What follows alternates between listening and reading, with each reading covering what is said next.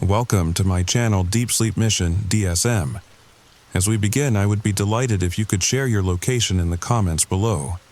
It's truly inspiring to witness how far this content travels and to connect with viewers from across the world. The last photo on my phone shows 17 people standing in front of the Whitmore Museum of Natural History. 18 if you count me behind the camera. By the time we left that building, only 12 of us remained. And before you ask, no, we never found the others. Not their bodies, not their belongings, nothing. But I know where they went. I know because I almost followed them. If you're listening to this late at night, maybe with your earbuds in, thinking this is just another creepy story to help you drift off, I need you to understand something. Some doors, once opened, can never be closed. And sometimes the most ordinary places hide the most extraordinary horrors.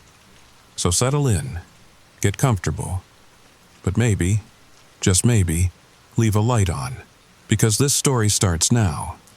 I'd been working as a tour guide in Chicago for 3 years when I got the call about the Whitmore Museum job. October 23rd, a Tuesday.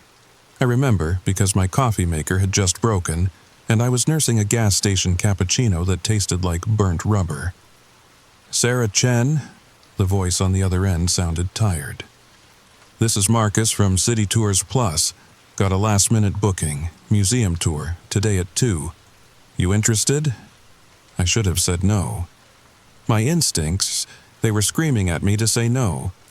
But the pay was double the usual rate, and my rent was due. Sure, I heard myself say. Which museum?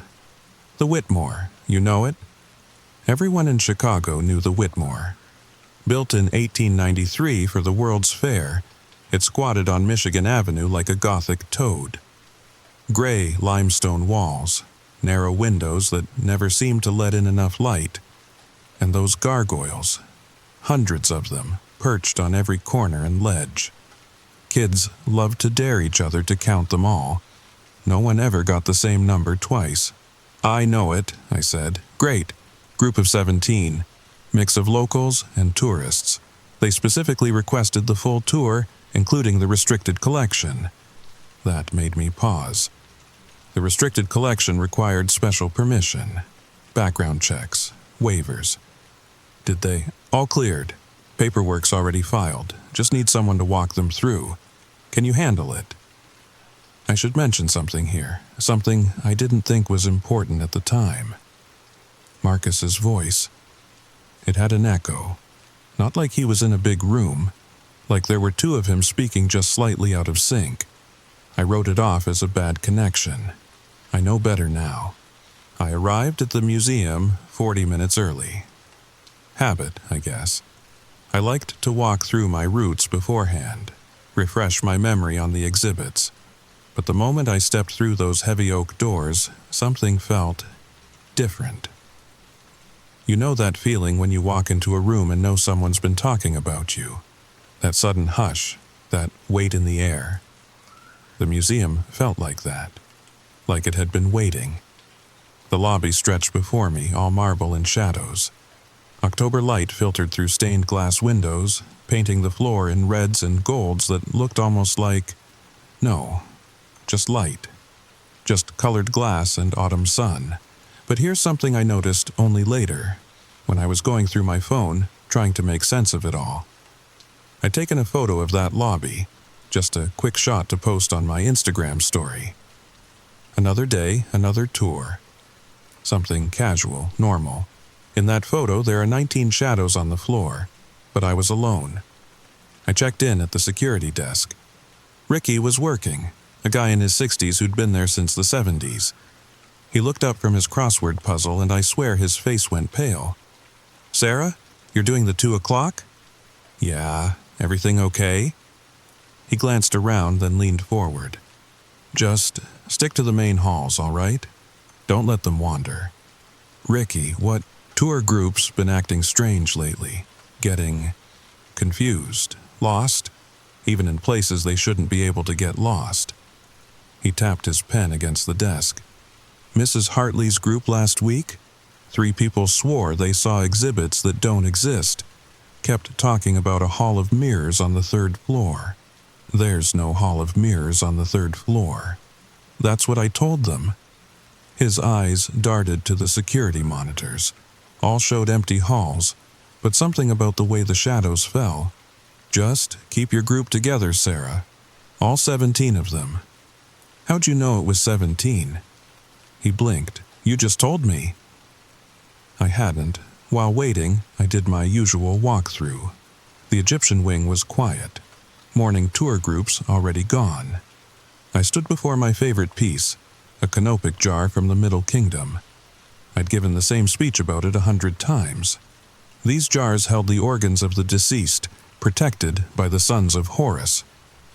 But today, the jar looked different, fuller, like something inside was pressing against the limestone lid. Don't mind that one, a voice said behind me. It's always restless before the afternoon tours. I spun around. A janitor stood there pushing a mop bucket. I'd never seen him before, and I knew all the museum staff. I'm sorry? The jar. He smiled, and his teeth were too white. Too many. Old things get excited when new visitors come, especially visitors who've been invited. Invited? But he was already walking away, the squeak of his bucket echoing in the empty hall. I followed, wanted to ask what he meant, but when I turned the corner, the hallway was empty. No janitor, no bucket, no wet floor where he'd been mopping, just a single wet footprint that was too long to be human. They arrived at exactly 2 o'clock.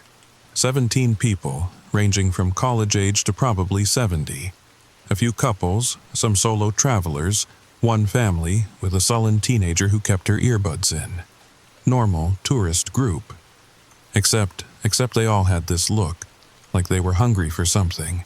Not food, but experience? Discovery? I couldn't place it, and they all wore red.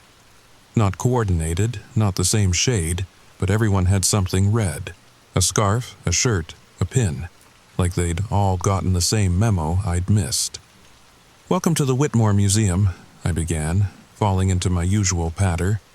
Built in 1893, this institution houses over 4 million artifacts spanning human history from prehistoric times to the present day.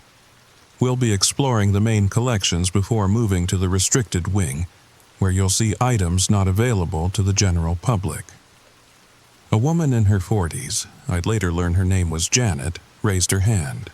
Why are they restricted? Good question. I gave my practiced answer. Some artifacts are too fragile for regular display. Others are still being studied, and some, I smiled mysteriously, playing up the drama. Some have stories that make them unsuitable for younger visitors. That hungry look intensified. But Janet wasn't done. My grandmother used to work here. She said there were other reasons. Said some pieces were restricted because they were active. Active? I kept my tour guide smile, but my skin prickled. That's the word she used, active. Like they weren't quite done being what they were. An older man, Bill, nodded. My father told similar stories. Said the museum had to feed certain exhibits. Keep them quiet. This wasn't normal tourist chatter. These people knew things, had come here looking for things, and I was their guide into darkness. We started in the ancient civilizations wing. Everything seemed normal at first. I guided them past Egyptian sarcophagi, Mesopotamian tablets, Greek pottery. Gave my usual talks about dating methods and preservation techniques. People asked the typical questions, but they also asked atypical ones. Which sarcophagus has the scratch marks on the inside? Asked a young man named David. I'd never mentioned scratch marks, didn't know about any scratch marks, but when I looked closer at the 3rd sarcophagus, there they were. Fresh gouges in ancient wood, like something had tried to claw its way out. Recently. How long has that statue been facing the wrong way? Emma, the teenager, had both earbuds out now. The statue of Anubis. It had always faced east toward the sunrise, symbol of rebirth, But now it faced west, toward the setting sun, toward endings. I'll notify the curatorial staff, I managed. Don't bother, said Dr. Simmons, adjusting his wire-rimmed glasses. It turns when it needs to. Been doing it since 1893. As we moved deeper into the museum, things began to shift. It started small. In the medieval collection, I noticed our group had grown. Where there had been 17 plus me, I now counted 19. No, 20. But when I did a head count against my list, everyone was accounted for. The extra figures stayed at the edges of my vision, moving when the group moved, stopping when we stopped. They wore period clothing, doublets and wimples, chainmail and rough-spun wool. But their faces were wrong. Too smooth, like mannequins that had learned to walk. "Everything all right?" asked Bill. He wore a veteran's cap and had sharp, observant eyes. "Of course," I lied. "Just making sure we're all together." "All of us?" He smiled sadly. "Or all of them?" He nodded toward the extras. So he saw them too. "They're harmless," he continued. "Echoes from the last time." Last time? Every 19 years. October 23rd. The museum reaches, shows what's underneath. What's always been underneath. Some of us have been waiting. Waiting for what? To go deeper. To see the real collection. My father tried in '85, came back changed. Wouldn't talk about what he saw, but he drew, constantly. Pictures of halls that bent wrong. Displays that showed tomorrow's tragedies. Artifacts made from substances that don't exist. His eyes gleamed. I've been preparing ever since. We entered the Renaissance Hall. The paintings here had always unsettled me. Too many eyes, all seeming to track your movement. But today they felt different. Expectant. The air tasted metallic, like pennies on your tongue. And the paintings, God, the paintings had changed. The backgrounds were wrong. Where there should have been Italian countryside or royal chambers, there were hints of other places. Curved halls that couldn't exist in 3 dimensions. Doorways that opened onto star-filled voids. And in every painting, somewhere in the corner or hidden in the brushstrokes, was the same symbol, like a spiral, but wrong. It hurt to look at directly. Janet stopped in front of a portrait. A nobleman from the 1500s, according to the placard. "He looks familiar," she said. "It's a fairly typical style for the period," I explained. "You might have seen similar—" "No," she stepped closer. "I mean, he looks familiar, like I've met him." Emma joined her. "That's weird, I was just thinking the same thing." Others murmured agreement. They all recognized him. This random Italian nobleman from 500 years ago. Then Janet gasped, pointed at the painting's background. "That window. That view. That's my grandmother's apartment in Wicker Park. I can see her lace curtains." She was right. In a Renaissance painting from the 1500s behind the nobleman was a perfect view of modern Chicago. And in that window, barely visible, stood a figure. Watching. Waving. I felt ice walk up my spine. "Let's keep moving," I said. "The restricted collection awaits." But as we left, I glanced back. The nobleman's eyes had moved. Now he was looking directly at where we'd been standing. And he was smiling. The entrance to the restricted wing was a simple door marked "Staff Only." But when I punched in the access code, the beep sounded wrong. Lower, like the machine was sick. The keypad was warm. Too warm. And for just a second, instead of numbers, I saw symbols. That same spiral from the paintings. My finger moved on its own, tracing the pattern. The door opened with a sound like breathing. The hallway beyond was narrower than the public spaces. Older. The walls were that industrial beige that buildings wore in the 50s, but underneath, you could see older paint, older walls. like the museum had grown around something ancient, incorporating it, hiding it. The fluorescent lights flickered in a pattern. Short, short, long, short, short, long. Morse code. I'd learned it from my grandfather, a Navy radio man. SOS. "Stay close," I said. "No wandering, no touching anything unless I specifically say it's allowed." "What about photographing?" David had his phone out. "I suppose that's fine." He started taking pictures. The flash illuminated things I hadn't noticed. Doorways that had been bricked over, scratch marks on the ceiling, and in one photo, captured in the brief white light, a face in the wall, pressed against the plaster from the inside, mouth open in a silent scream. We passed through 3 more security doors. Each one required a different code. Each beep sounded sicker than the last.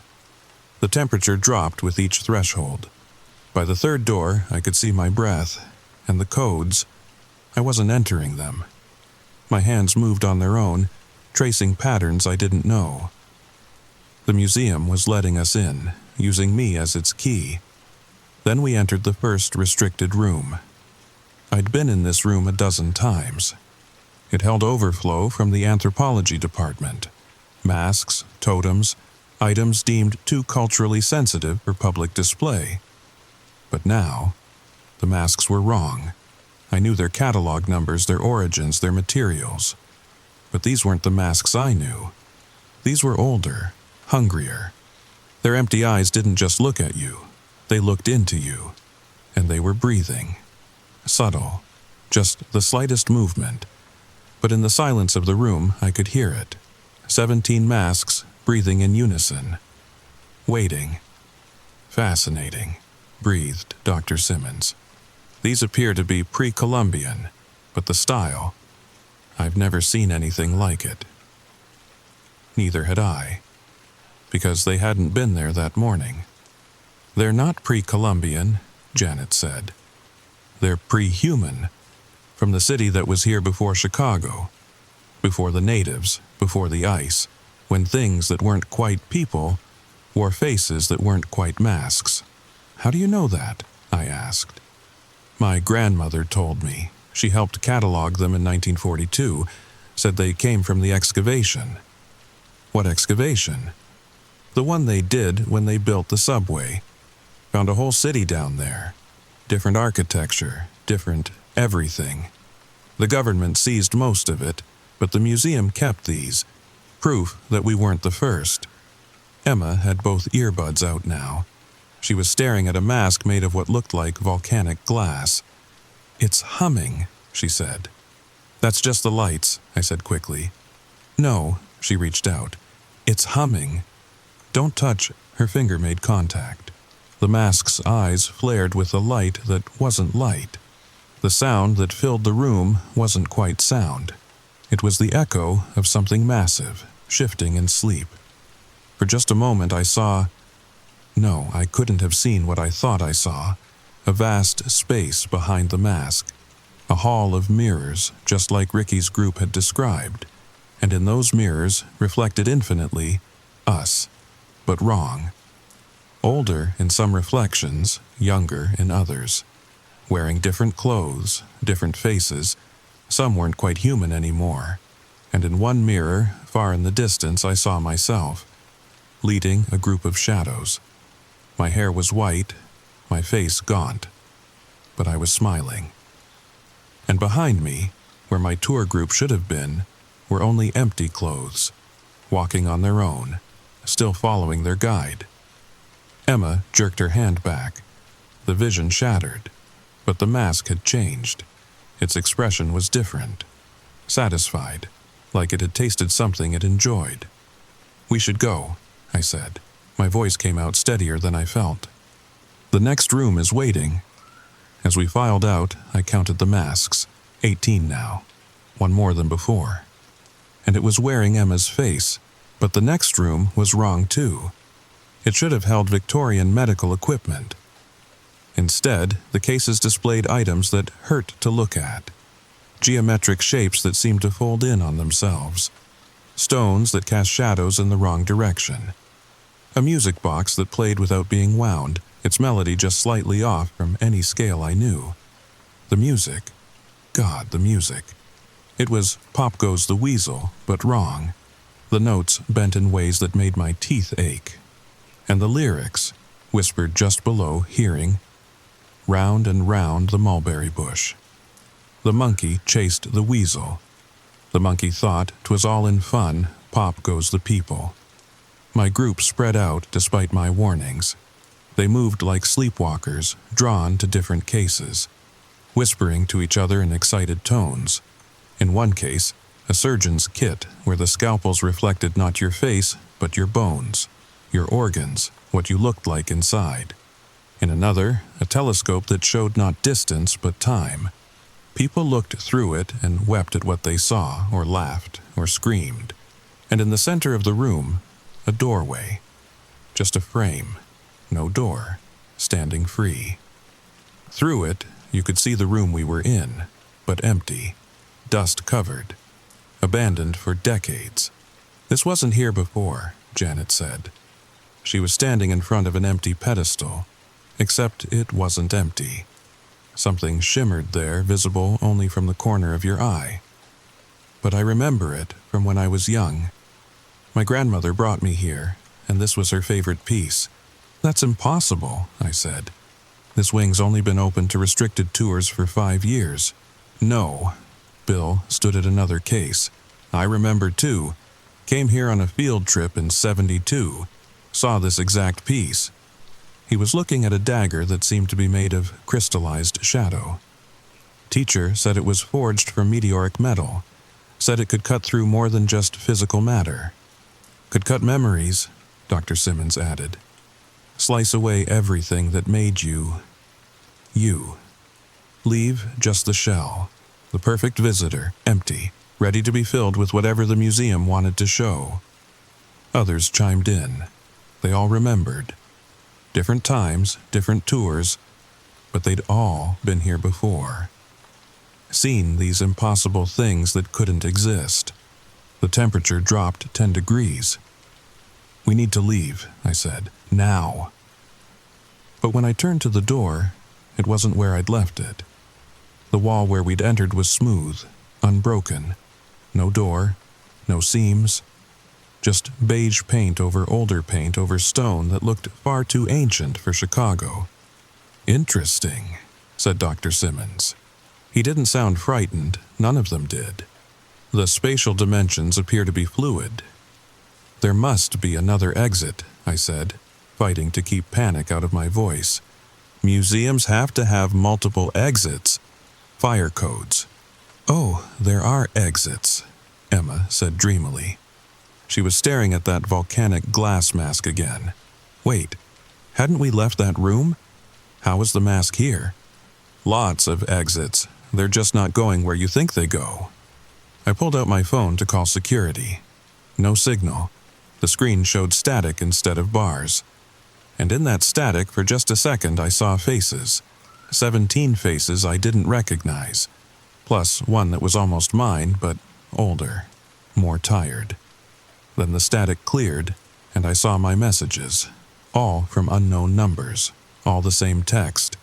You're doing wonderfully, Sarah. The museum is pleased. Sent over the course of 3 years, since the day I'd started working as a tour guide. Has anyone else noticed, Bill said conversationally, that there are more of us now? I counted. 25, no, 28. The extra people stood perfectly still, perfectly silent. They wore clothes from different eras, a flapper dress here, a Civil War uniform there.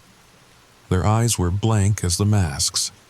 Those aren't people, Janet said. She didn't sound scared either, just interested. They're echoes, visitors who found the real museum.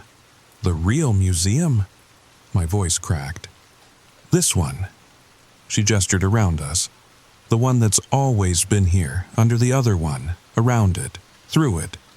The Whitmore, you know, is just the skin. This is the body. And we, Dr. Simmons said with satisfaction, are about to become part of its blood. We walked. What else could we do? The room had 3 exits now, none where they should be. My group, the living ones, chose the middle door without discussion, like they all heard something I didn't. The corridor beyond defied physics. It sloped up, but we walked downward. The walls were sometimes stone, sometimes wood, sometimes something organic that pulsed with a slow heartbeat. Doors opened onto rooms that couldn't exist in the same space. A hall of taxidermied animals where the eyes tracked our movement and the fur rippled in non-existent wind. A library where the books screamed when you tried to read them. A gallery of paintings that showed the future, or maybe the past. It was hard to tell when time itself felt diseased. In one room, we found a gift shop. Normal looking. Cheerful even. Postcards and t-shirts and miniature dinosaurs. But the postcards showed places that didn't exist. Cities of glass under crimson skies. Tourists posing in front of monuments to forgotten gods, and on the back, messages. Having a wonderful time. Decided to stay forever. Don't look for us. The tour never ends here. Wish you were us. Saw the real exhibits today. Can't unsee them. Don't want to. All in handwriting I recognized. Past tour groups. Past guides. All staying on for the eternal tour. My group explored each room with growing excitement. They'd been looking for this, I realized. All of them. That's why they'd booked the restricted tour. Somehow, they'd known. You can feel it, can't you? Emma asked me. The real museum. It's been calling us. I don't. Sure you do. She smiled, and her teeth looked sharper. That's why you took the job today, even though your instinct said no. It needed a guide who could walk between both museums, someone who knew the surface well enough to find the depths. The museum chooses its guides carefully, Bill added. Plants the seed early. You've been preparing for this your whole life, Sarah. Every museum you visited as a child. Every artifact that fascinated you. Every nightmare about endless halls and things watching from display cases. All preparation. We entered a circular room lined with mirrors. Of course, there were mirrors. There had to be mirrors. But these didn't reflect us. They showed other groups, other tours, other times. A Victorian gentleman leading ladies in bustles. A Native American guide before the city existed. A woman in a spacesuit from some unimaginable future. All walking through the same impossible spaces. In one mirror, I saw my grandmother. Young, maybe 25, wearing a tour guide badge from the 1950s. Leading a group through these same halls. In another, my mother, 1980s clothes. Same badge, same lost expression. In a third, myself, older, grayer, leading a group of shadows through halls of bone. Family, business, Janet said kindly. The museum likes to keep things in the bloodline. Your grandmother found the way out, though. Broke the chain. That's why your mother never talked about her time here. Why you grew up thinking your family had no connection to the Whitmore. But blood calls to blood, as Dr. Simmons said, and here you are. Time isn't a line here, Emma added. It's a web. All tours that ever were or will be exist simultaneously. We're just one strand. I want to go back. The words came out as a whisper. Back? Janet laughed. But we haven't reached the heart yet. The collection isn't complete. That's when I noticed the first absence. The couple from Denver, Mark and Patricia. They'd been photographing everything, asking about gift shop postcards. Now they were gone. Where are Mark and Patricia? I asked. The group looked at me blankly. Who? Bill asked. I checked my list. Their names were gone, like they'd never existed. But I remembered them, Patricia's laugh, Mark's Hawaiian shirt. They'd been real. 2 of our group are missing, I insisted. 17, Emma said, There have always been 17, plus you. But that was wrong. We'd started with 17 plus me. Now we were, I counted, 15, plus me, plus the echoes that kept pace with us, always at the edges. The echoes were wearing their clothes now. Mark's Hawaiian shirt on a mannequin that moved too smoothly. Patricia's sundress on something that had too many joints. Another door, another impossible room. This one held what looked like medical equipment but wrong. Surgical tools for operations on things that weren't quite human. Jars filled with his organs that had too many dimensions. A table with straps stained with something that wasn't blood because blood didn't move like that. And on the walls, charts, diagrams of human evolution, but branching in directions that had never happened. Or had happened but we'd forgotten. Species that had died out because they'd seen too much. Evolved too far. Understood things that flesh wasn't meant to understand. One chart was labeled Museum Staff, Generational Progression. It showed how over time, those who worked in the museum changed. Subtle at first, eyes that saw a bit more of the spectrum, fingers that could feel dimensions humans shouldn't touch, minds that could hold paradoxes without breaking. My family name was on that chart, going back to 1893. Janet touched one of the jars.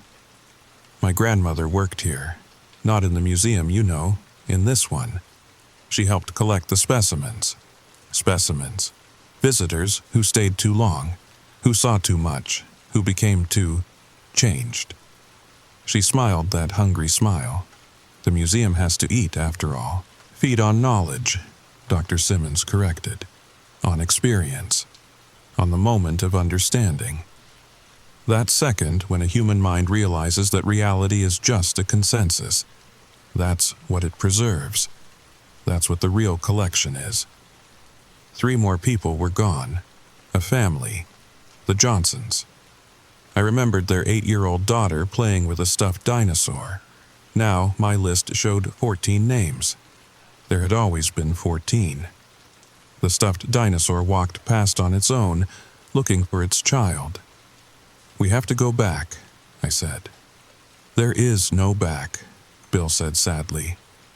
"Hasn't been since we entered. There's only deeper." "Or out," Emma said, pointing. "There. An exit sign. Green and glowing and beautifully normal. 20 feet away, I ran for it. Didn't care if my group followed. Didn't care about anything but that beautiful green light promising escape." The door opened onto stairs. Going up. I climbed, taking them 2 at a time. Behind me, I heard footsteps, some of my group following. How many? I didn't turn to count. The stairs went up and up. More flights than the museum had floors. But I kept climbing.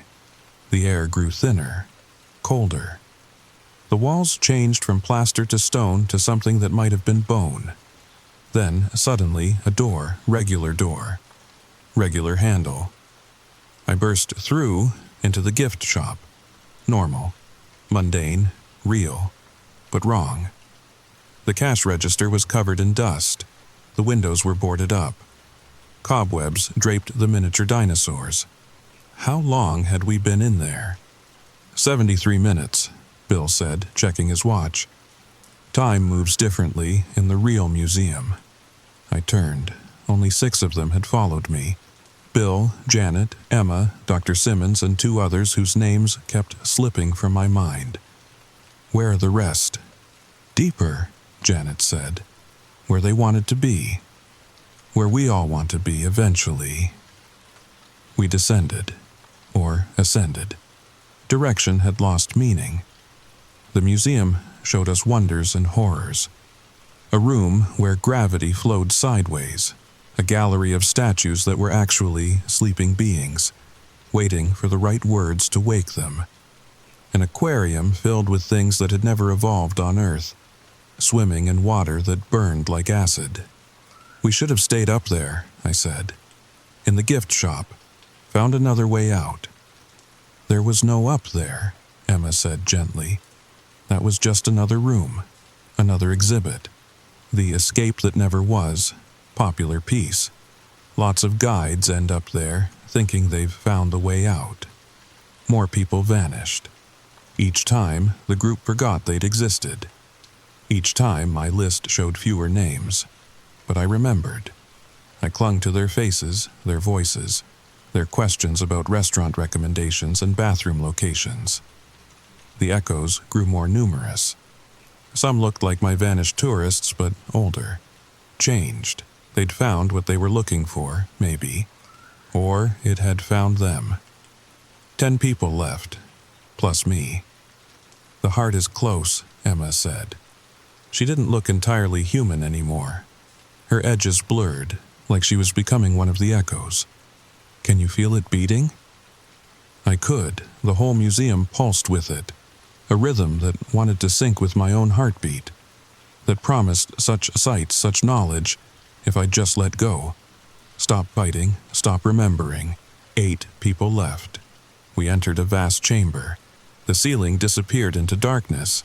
The walls were covered in displays, not artifacts but moments, preserved seconds of time when reality had torn and something else had peeked through. I saw the death of stars. The birth of things that weren't stars but wore their light like masks. Cities that existed in the spaces between atoms. Civilizations that had evolved in the pause between heartbeats. Beautiful, Dr. Simmons whispered. Then he stepped into one of the displays and was gone, Evan. He's not gone, Janet assured me. He's part of the collection now, adding his knowledge to the museums. Isn't that what we all want, to be preserved, to matter? 5. I'd missed 2 vanishing. The exit appeared without warning. A simple door marked gift shop. Normal, mundane, impossible. That's your door, Bill said, for guides who remember their guides, who keep counting even when the numbers change. Come with me, I begged. Can't. He looked at the displays with that terrible hunger. We came here to find something, can't leave until we do. You'll disappear. You'll become part of the collection. Yes. Emma smiled. She was mostly echo now, translucent and shifting. Isn't it wonderful? 4. 3, 2. Go, Janet said. Before you forget how, before you stop wanting to. I ran. Through the gift shop door into fluorescent light and normal walls and a cash register where a bored teenager sat reading a magazine. The real world. The surface. The lie we all agreed to believe. Security found me in the parking lot 3 hours later. I'd been standing by my car, unable to move, unable to think. Ricky drove me home. Didn't ask questions. He'd seen this before. Gets easier, he said, as he pulled up to my apartment. The remembering. Eventually, you'll convince yourself it was a hallucination. Gas leak, like they'll say. Bad wiring, group hysteria. But it wasn't. No. He stared straight ahead. It wasn't, but you'll need to believe it was. That's how you survive, how you avoid going back. Do they all go back? The guides, most of them. The museum, it leaves a hook in you, makes you dream about those halls, makes you wonder what you missed, what you could have seen if you'd just stayed a little longer. He finally looked at me. My advice? Move. Far away. Never work in a museum again. Never look at old things too long. And whatever you do, never look up what happened to your tour group. I didn't take his advice. Not all of it. The official story was a gas leak. Mass hallucination. The 17 tourists had exited through a service door and dispersed into the city. The museum had security footage proving it. I watched that footage. Saw myself leading 17 people out a door I'd never used. Saw them wave goodbye and walk away. But I looked closer, frame by frame. And in one frame, just one, the truth showed through. The 17 tourists weren't walking away. They were walking into the wall, through it, and their shadows. Their shadows were walking in the opposite direction. I researched them, all 17. And here's what I found. Mark and Patricia Denver, reported missing 2 weeks before the tour. Their family said they'd gone to Chicago for their anniversary. The Johnson family. Their 8-year-old daughter had drawn pictures of the museum for months before the trip. Drawings of halls that didn't exist, of exhibits behind exhibits. Her parents had brought her here to prove the drawings were just imagination. Dr. Simmons. His colleagues said he'd been obsessed with the concept of informational preservation. The idea that knowledge itself could be made physical, stored, experienced directly. Emma, a foster kid, no family to report her missing, but I found her social media, months of posts about dreams, about being called, about finally finding where she belonged. All of them had been drawn here, all of them had come looking for the real museum. And they'd found it. I quit the next day, moved to Portland, got a job in tech. Safe, normal, boring. But sometimes I dream about those impossible halls. Sometimes I wake up with that metallic taste in my mouth. And sometimes, when I pass a mirror, I see myself older, grayer, leading shadows through chambers that shouldn't exist. The museum is patient. It knows I'll come back. They always do, the guides who've walked between worlds, who've counted the cost and found it. Tempting. 3 months after Portland, I started researching. I told myself I was just curious, just wanted to understand. But really, I was looking for others like me. Guides who'd made it out. I found them in forums, hidden corners of the internet where people shared impossible stories. Used usernames like GotOut87 and Still Counting and Never Going Back Size 2. We compared notes, found patterns. The tours always happened on specific dates that lined up with astronomical events, eclipses, planetary alignments, moments when the barrier between here and there grew thin. The museum wasn't just in Chicago. It was in every city, wearing different names, different faces. The Whitmore was just one mask at war. And the families. God, the families. Generation after generation, pulled back. Tour guides, security guards, curators, janitors. All of us had someone who'd worked there. All of us had tried to break free. My son just got a job offer, one user posted. Assistant curator position. Good pay, great benefits. I burned the letter. Daughter's class is planning a field trip, wrote another. I'm homeschooling now. But the hooks were already in deep. We all dreamed the same dreams, halls that went on forever. Exhibits that showed tomorrow's news, yesterday's secrets, the truth behind every lie we told ourselves about reality. And in every dream, the same message. The collection is incomplete. A year passed. I thought I was free, had a normal life, normal job, normal apartment with normal walls that stayed where I put them. Then I got the call. Sarah Chen? The voice was familiar. Marcus from City Tours Plus. But that was impossible. I'd changed my number, moved across the country. Got a group that specifically requested you. Museum tour. Tomorrow at 2.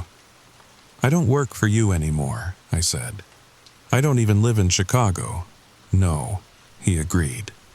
You live at 4872 Northwest Gleason Street, apartment 3B. Your bedroom window faces east. You keep 3 dead plants on the sill because you feel guilty throwing them away. My blood turned to ice. The museum misses you, Sarah. Your group misses you. They have so much more to show you. I'm not coming back. You've been back every night in your dreams. We're just offering to make it official. A pause. Besides, don't you want to know what happened to number 12? Number 12? From your last tour. The one you can't remember. The one who's been standing behind you this whole time. I spun around. My apartment was empty. But in the mirror by the door, I saw a shadow. human-shaped, patient. Tuesday, 2 o'clock. The museum will be waiting. The line went dead. I didn't go. Of course I didn't go. I'm not stupid. I stayed in Portland, went to work, pretended everything was normal. But Tuesday at 2 o'clock, I blacked out. Came to 3 hours later in my apartment. My clothes smelled like dust and old stone. My shoes were scuffed with marble chips. And on my phone, 17 new photos. They showed me leading a tour through the Whitmore.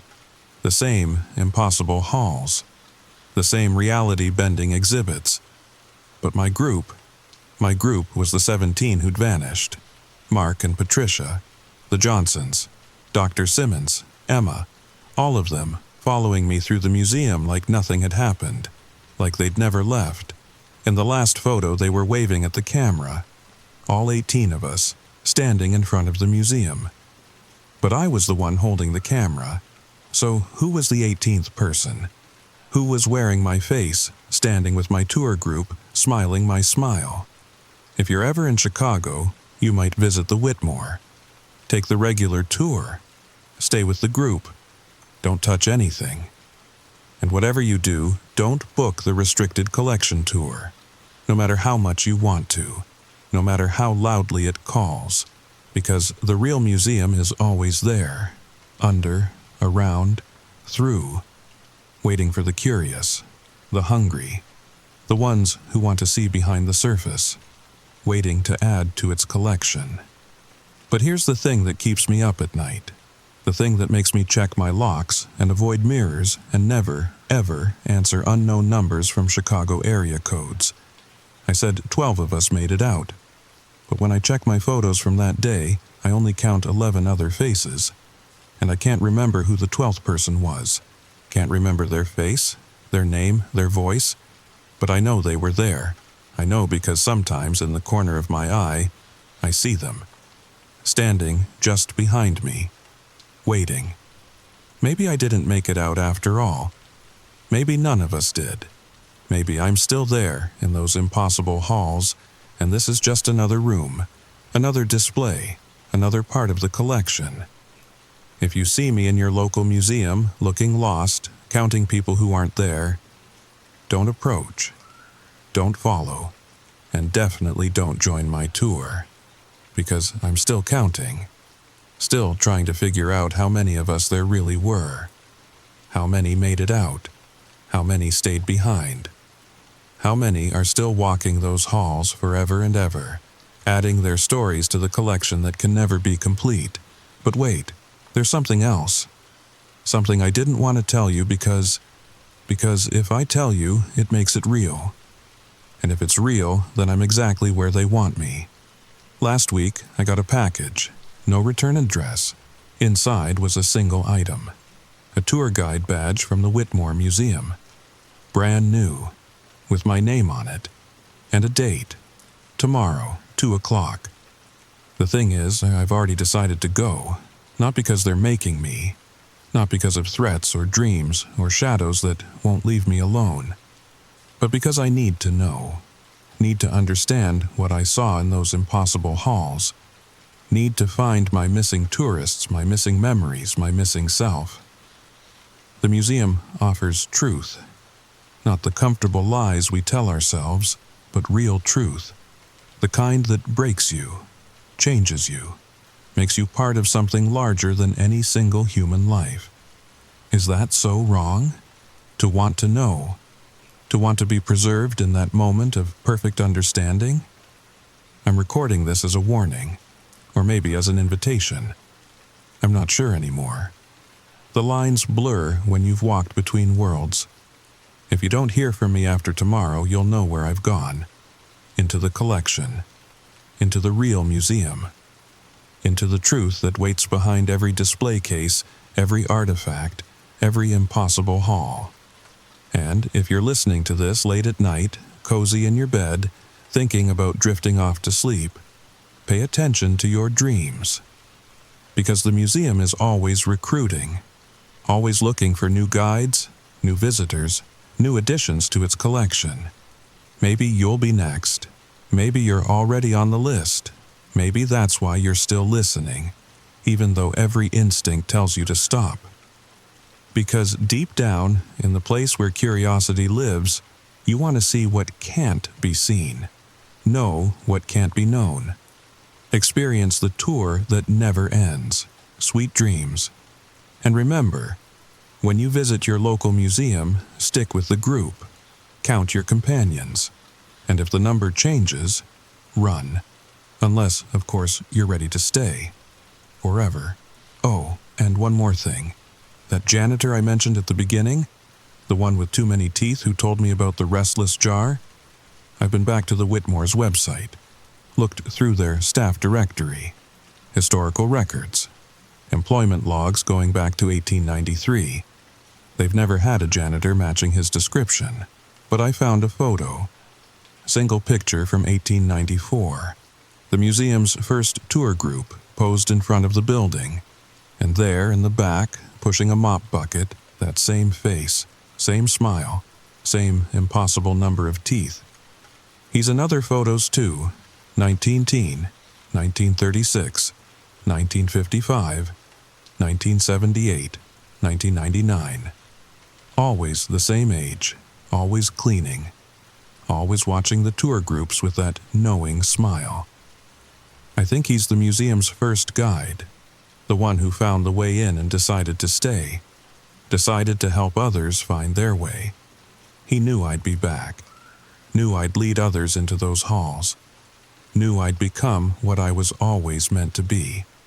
Tomorrow at 2 o'clock, I'll walk through those doors again, and this time, I won't count, won't resist, won't pretend I don't want what the museum offers, because the truth is, we all want to be part of something eternal, something that matters, something that preserves not just objects but moments, experiences. The second, when wonder turns to terror, turns to understanding. The museum is hungry, always hungry, and I've decided I'm ready to feed it. See you in the collection. Sarah Chen, at last tour guide of the Whitmore Museum, first eternal guide of what comes next, P.S. If you're still listening, check your recent photos. Sometimes the museum sends previews, little glimpses of what's waiting. You might see halls you don't remember walking, faces you don't remember meeting. Don't delete them, they're invitations. And the museum always collects on its invitations. Always. Story number 2. Listen carefully, because what I'm about to tell you might save your life. That old Victorian on Maple Street, the one with the peeling yellow paint and the crooked mailbox. Whatever you do, never accept an invitation inside. Not even for a glass of water. Not even if it's raining. Because that house, it takes things. And once it takes something from you, you're never quite whole again. Before we begin this story, make sure you're comfortable. Maybe grab a blanket. Turn off the lights if you dare. And whatever you do, don't look behind you. Because sometimes, just sometimes, the things we talk about have a way of finding us. The story begins now. The rain hammered against my windshield like tiny fists demanding entry. My GPS had died 20 minutes ago, right around the time my phone decided to give up too. Classic. Just classic. The rental car's check engine light blinked at me like a tired eye, and I knew I was in trouble. That's when I saw it. A Victorian house standing alone on what must have been Maple Street. The porch light flickered, casting shadows that danced across overgrown hedges, but it was the mailbox that caught my attention. Hand-painted letters spelled out "Visitors Welcome" in faded red paint. Below that, a smaller sign, "Ring bell for assistance." I should have kept driving. Every instinct in my body screamed at me to keep going, to push that dying car just a little further, but the engine coughed, sputtered, and died right there in front of the walkway. Perfect. The front door opened before I even reached the porch. An elderly woman stood there, wearing a floral house dress that looked straight out of 1952.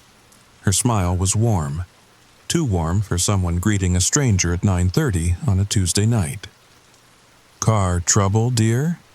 Her voice had that quality, You know the one, like honey mixed with something sharp. Come in, come in. Harold can take a look at it in the morning." I hesitated on the threshold. The rain had soaked through my jacket, and drops rolled down my spine like cold fingers. I don't want to impose. Maybe I could just use your phone." "Nonsense!"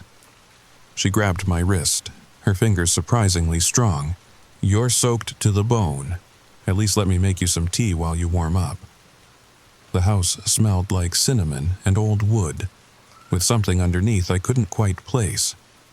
The wallpaper, faded roses on cream, seemed to shift slightly in my peripheral vision, but that was just the shadows from the candles. "Right?" She led me to a sitting room where a fire crackled in an honest-to-God fireplace. Other people were there, maybe 4 or 5, all sitting in high-backed chairs, holding teacups. They turned to look at me in perfect unison. "Another visitor," the old woman announced. "Isn't that lovely?" A man with hollow cheeks nodded slowly. "Very lovely, Mrs. Henderson. Very lovely indeed." Something was wrong with his voice. It sounded empty, like an echo of an echo. Mrs. Henderson bustled off to get tea, leaving me standing there dripping on her Persian rug. The others just stared. Their eyes followed me as I awkwardly made my way to an empty chair by the fire. "First time?" a woman in a business suit asked. Her lipstick was perfect. Too perfect, like it had been painted on. Yes, my car broke down." They all nodded, slowly, in that same synchronized way. "Cars do that here," the hollow-cheeked man said. "Electronics, too. It's the magnetic field, you see, from the old iron deposits." That actually made sense. Maybe I was just being paranoid. These were probably just locals, a bit odd from living in a small town. Nothing more. Mrs. Henderson returned with a china cup. The tea smelled like chamomile, with that same underlying scent I'd noticed before. Sweet, but wrong somehow. "Drink up, dear. It'll warm you right through." I took a sip. It was good. Really good, actually. The warmth spread through my chest, down my arms, making me feel drowsy and comfortable. The fire popped and hissed, and for a moment I could have sworn I heard voices in the flames. "Tell us about yourself," the woman in the business suit said. "We so rarely get visitors." But the man had just said cars broke down here all the time. The contradiction nagged at me, but the tea was making it hard to focus.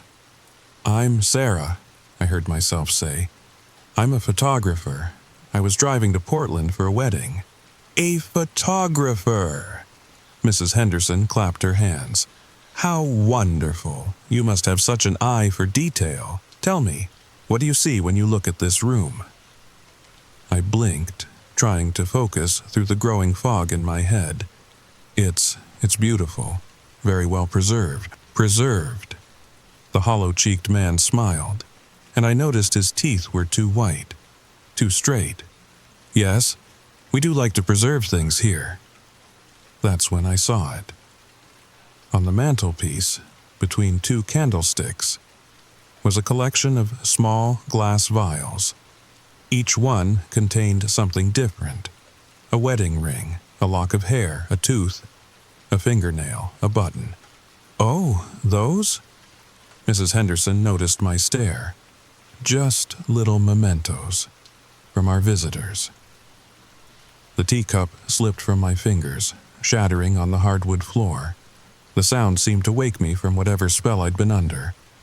I stood up too fast, the room spinning. I should go, check on my car. But it's still raining. The woman in the business suit stood too, blocking my path to the door. "And you haven't finished your tea." That's when I noticed their hands. All of them. They were wrong. The businessman's left pinky was missing. The woman's right index finger ended at the second knuckle. Mrs. Henderson, sweet, grandmotherly Mrs. Henderson, was missing her left ear.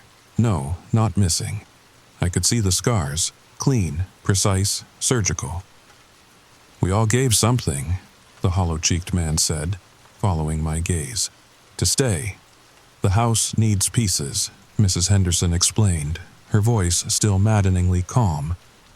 "Just small ones, barely noticeable really, and in exchange, you get to be part of something wonderful, part of the collection."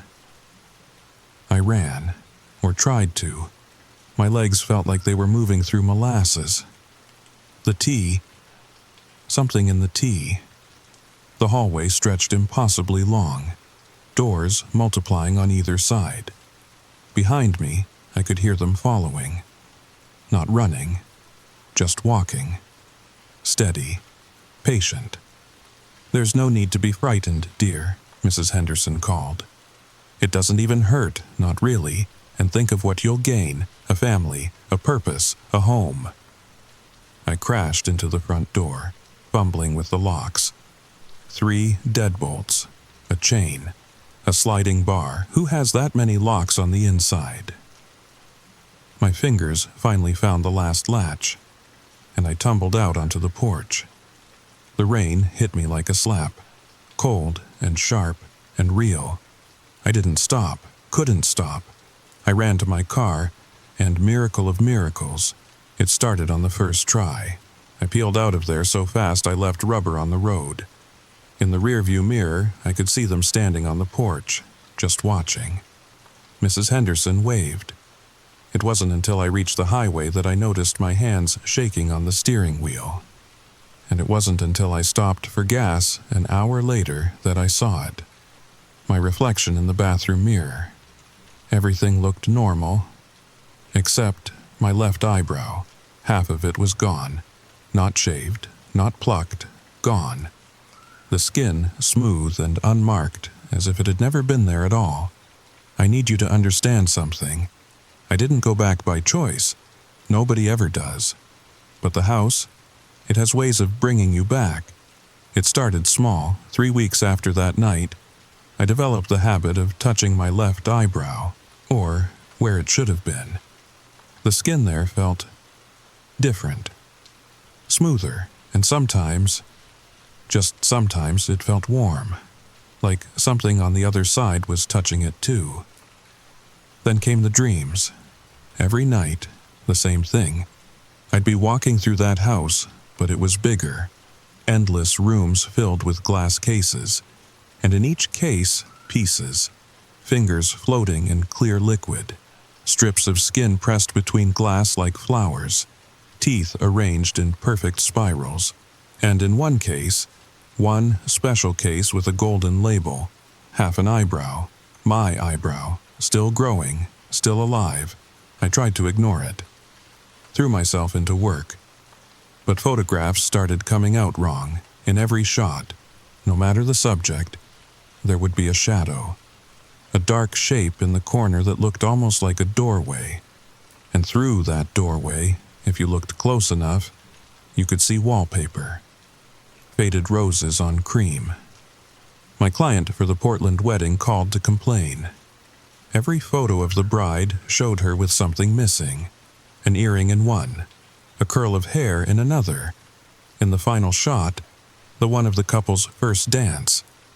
Her smile was gone, not frowning, just smooth skin where her mouth should have been. I lost clients. Friends started avoiding me. They said being around me made them feel incomplete, like something was slowly being erased. But it was the Polaroid that broke me. I found it under my door one morning. No envelope, no note, just a photograph of that sitting room.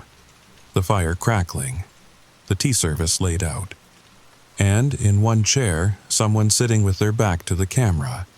Someone with half a missing eyebrow. I was in that chair. But I'd never gone back. I was sure of it. I would remember, wouldn't I? That's when the calls started. Always at 3:17 a.m. The phone would ring, and ring, and ring. When I finally answered, just breathing, soft, patient. And underneath, The sound of a crackling fire. I changed my number. The calls found me. I moved apartments.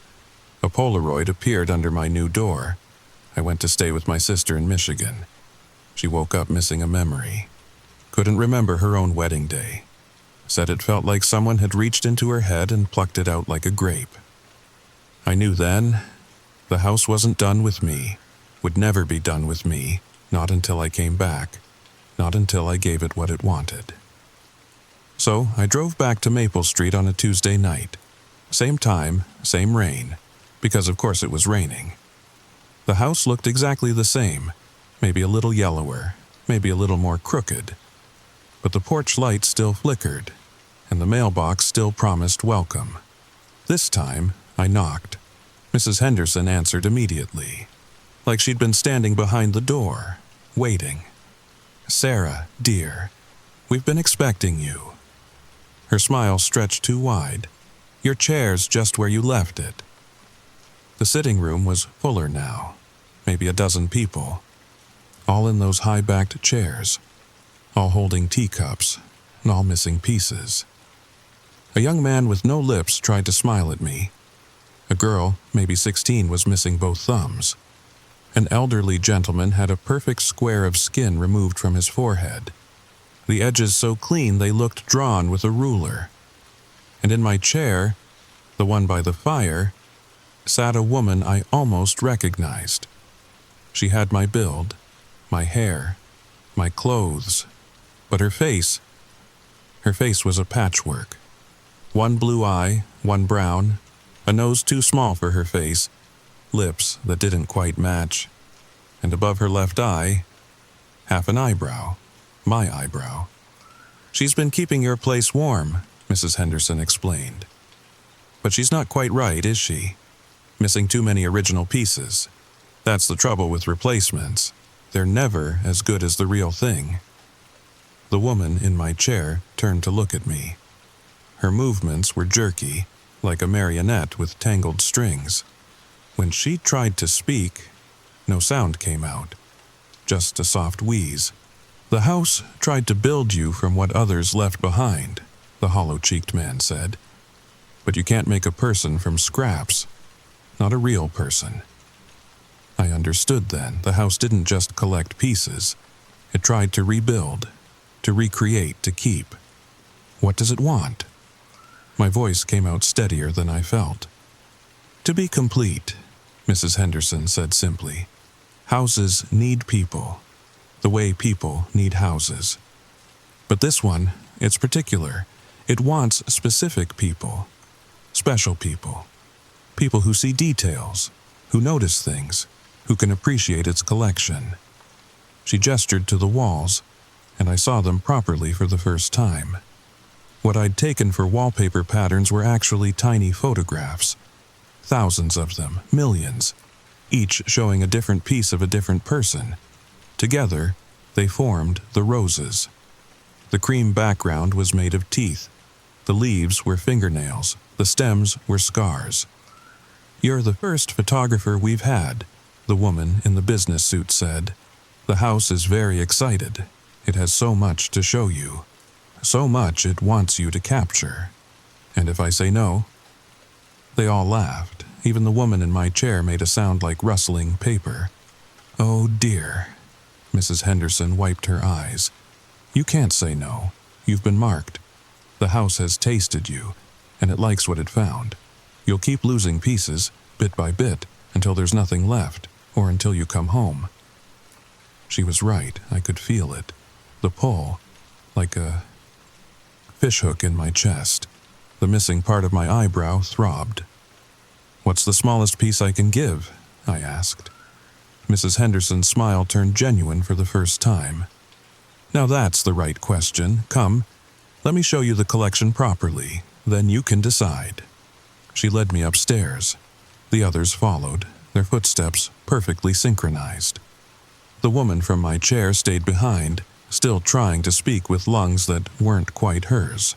Mrs. Henderson opened the one marked Choices. The upstairs hallway stretched longer than the house should have allowed. Door after door, each one labeled with brass nameplates. memories, dreams, voices, shadows, time. Inside, the room was impossibly vast. Shelves reached up into darkness, each holding thousands of glass containers. Some held what looked like smoke. Others contained swirling lights. A few were filled with what I can only describe as movements, gestures frozen mid-motion. Every decision you've ever made, Mrs. Henderson explained. Every path not taken. The house collects those too. The could-have-beens. The almost-wheres. She pulled down a jar filled with golden light. This is from 1987, a woman named Claire. She almost became a concert pianist, but chose accounting instead. The house kept her almost. Sometimes, late at night, you can hear it playing Chopin. Another door. First times. This room hurt to look at. Every surface reflected moments. First kisses, first days of school, first heartbreaks. They played on loop, endless beginnings with no middles or ends. The house prefers these to last times, the hollow-cheeked man said. Endings are so final, but beginnings, those can be replayed forever. We passed doors I didn't want opened. Things that watch you sleep. Words never said. Faces in the mirror that aren't yours. Finally, at the end of the hall, a door marked simply you. My hand moved without permission, turning the knob. The room was small, cozy, exactly like my childhood bedroom, down to the glow-in-the-dark stars on the ceiling. But the walls were covered in photographs, all of me, at every age, from every angle. Some I recognized, family photos, school pictures. Others were taken from inside my own eyes, views of my hands, my feet, the back of my own head. Impossible perspectives that made my brain ache. In the center of the room, a glass case. Inside, floating in clear liquid, half an eyebrow. But it wasn't dead. It was growing, spreading, becoming something else. Every piece the house takes develops its own life, Mrs. Henderson said softly.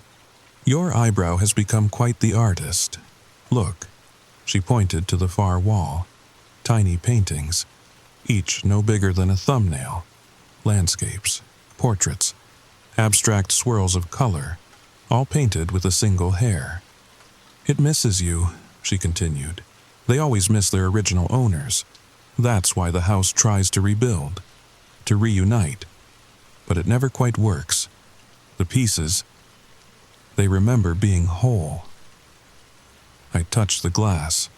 The eyebrow, my eyebrow, twitched, reached toward my hand like a pet recognizing its owner. What happens if I don't give another piece? Mrs. Henderson sighed. Then the house takes what it wants, when it wants, how it wants, and trust me, it's much less gentle when it has to take by force. She showed me her neck, a perfect circle of missing skin, exposing muscle and tendon beneath. I tried to run. For 3 years, I resisted. It took my voice first, then my memories of summer, then the ability to see the color blue. Finally, when I had nothing left it wanted, it took this, my favorite spot, where my mother used to kiss me goodnight. The exposed area pulsed with each heartbeat. I looked away. But you came back. Everyone comes back. She smiled sadly. Because even missing pieces, even as fragments, we're more ourselves here than out there. The house doesn't just take, it preserves. It remembers, it keeps us whole in its own way. We returned to the sitting room. The woman in my chair was gone, but the indent remained, waiting. So, Mrs. Henderson settled into her own seat. What will you give? I thought about my life outside, the ruined career, the friends who couldn't look at me, the constant feeling of incompleteness, the dreams, the photos with their spreading shadows. Then I thought about the eyebrow upstairs, creating art, having its own existence, remembered and preserved forever. Can I choose? Of course, dear. The willing give the best pieces. I considered, what could I spare? What piece of me was small enough to survive without, but meaningful enough to satisfy the house? My ability to see the color red, I said finally. They all leaned forward. Interesting choice, the businessman murmured. Very interesting. Mrs. Henderson produced a silver box from nowhere. Put your hand inside. Think about red. Every red you've ever seen. Every sunset. Every rose. Every drop of blood. Hold them all in your mind. Then let go. I did. The sensation was strange. Not painful. More like watching something float away on water. Sunsets fading. Roses turning gray. Blood becoming shadow. When I pulled my hand out, the world looked different. Not worse. Just different. The wallpaper showed its true pattern now. Intricate and beautiful in shades of gray and green and gold.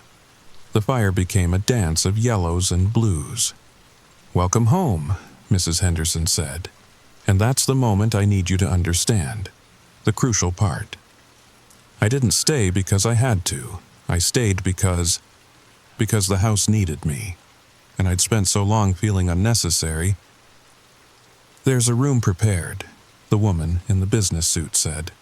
"Third floor, overlooking the garden." "Garden?" I hadn't seen a garden. "Oh yes, where we grow the memories. You'll love it. Everything that's ever been forgotten blooms there.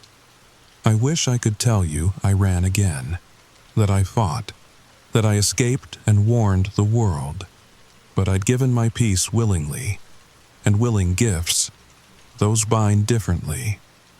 I became the house photographer, documenting the collection, cataloging new arrivals, developing pictures in a dark room where the chemicals smell like tears and the photos develop themselves. Sometimes I see myself in mirrors and don't recognize the woman looking back. She's missing more pieces now. The ability to cry, the memory of my father's voice, the feeling of snow on skin, all carefully preserved, all living their own lives in their own rooms. But I'm not unhappy. That's what you need to understand. The house takes care of its own. Now, here's why I'm telling you this story. Last week, Mrs. Henderson asked me to develop a special set of photos, old ones, from before the house started collecting. I found your picture in that batch. Yes, you. The one listening right now, the one who probably thought this was just another creepy story to fall asleep to. The house has been watching you. It likes what it sees. The way you notice details others miss. The way you pause at certain moments, savoring them. The way you create entire worlds in your mind. Check your mirrors tomorrow. Look for the shadows in the corners. Notice if things seem slightly off, a photo out of place, a memory that feels thin, a skill that comes less easily than before. The house is patient. It can wait years, decades, but it never forgets a face it wants to collect. And now that you've heard this story, now that you know about us, you're connected. Just a thread, barely visible. But threads can be pulled. When your car breaks down on a rainy night and you see a Victorian house with a crooked mailbox, remember this. We're not prisoners here. We're not victims.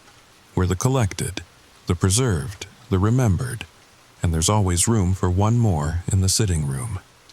Always sweet dreams. And remember, every house needs people. But some houses need more than others. When you wake up tomorrow, check your eyebrows, count your fingers. Remember your mother's maiden name. Make sure all your pieces are still there, because the house is always hungry. And now, it knows your name. The question is, what will you give it? What piece of yourself could you live without? Think about it, really think. Because one day, You might need to know. One day, you might find yourself on Maple Street, in the rain, with nowhere else to go. We'll be waiting. The tea will be hot, the fire will be warm, and Mrs. Henderson, dear, sweet Mrs. Henderson, will ask you the only question that matters. What brings you home? The end, or is it? Tell me, did you notice anything missing after listening to this? A word you used to know, a memory that seems fuzzier, a skill that feels just out of reach. Check again, and again, and when you find that first missing piece, when you realize something small but vital has been gently pulled away, well, you know where to find us. The house on Maple Street, the one with the peeling yellow paint, the one that collects pieces of its visitors. Your chair is already waiting. It's been waiting all along. Story number 3. Picture this. You're scrolling through job listings at 2 a.m., desperate, broke, and 3 months behind on rent. Then you see it. A custodial position that pays triple the going rate. No experience required. No references needed. Just one tiny catch. The buildings you'll be cleaning? They don't actually exist. But here's the thing about desperation. It makes you ignore red flags that should send you running. And sometimes those red flags are trying to save your life. What would you do? Would you take the job? Would you walk into those empty lots with your mop and bucket, pretending to clean offices that vanished decades ago? Because that's exactly what I did. And what I discovered in those invisible hallways will haunt me forever. But before I tell you what's really hiding in those non-existent buildings, let me tell you how it all started. The story begins now. The Craigslist ad appeared on a Tuesday. I remember because Tuesdays were when my landlord, Mrs. Chen, would slide those little yellow notices under my door. Final notice in bold red letters, the kind that makes your stomach drop and your hands shake. I'd been unemployed for 4 months. The marketing firm where I worked for 6 years, gone. Restructuring, they called it. What they really meant was, we're replacing everyone over 30 with recent college grads who'll work for peanuts. So there I was, Jason Mitchell, 34 years old, sitting in my studio apartment in Queens, eating ramen for the 8th day straight when I saw it. Custodial technician wanted, immediate start, 45 hour. $45 an hour? For custodial work? In New York? That was more than I made in marketing, way more. The description was odd. Seeking reliable individual for specialized cleaning services. Must be comfortable working alone. Discretion required. Unusual work environment.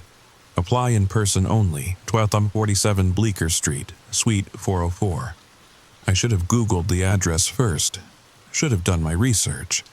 But when you're 3 months behind on rent and living off dollar store pasta, you don't ask too many questions. The building on Bleecker Street looked normal enough. Red brick. Fire escapes zigzagging up the facade like metal veins. The kind of place you'd find artists' lofts or overpriced vintage shops. But when I reached the 4th floor, Suite 404 didn't exist. The hallway ended at 402, then nothing, just a blank wall where 404 should have been. I checked the address 3 times on my phone. Triple-checked the email. This was definitely the right place. Except it wasn't a place at all.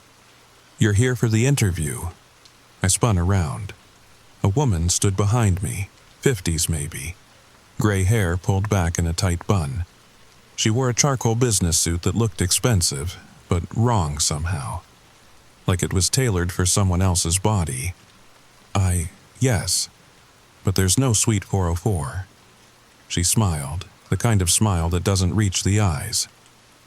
There is, if you need there to be. Before I could ask what that meant, she walked past me and stepped through the blank wall. Not around it. Not beside it.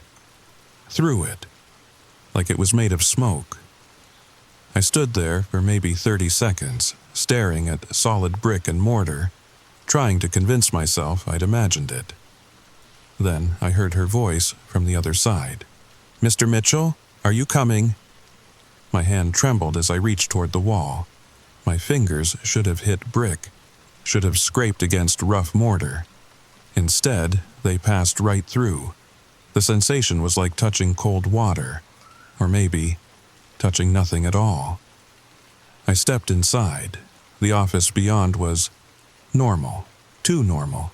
Beige carpet, fluorescent lights humming overhead. A desk, 2 chairs. A motivational poster showing a kitten hanging from a branch with "Hang in there" in bold letters. Everything about it screamed generic office space, except for the fact that it existed inside a wall that shouldn't have room for it. "Please, sit." The woman gestured to the chair across from her desk. A nameplate read Ms. Hartwell, Human Resources. I sat. The chair was real enough. So was the slight coffee stain on her desk blotter. "You're probably wondering about the unusual entrance," she said, opening a manila folder. My name was written on the tab in precise handwriting. The nature of our business requires a certain level of discretion.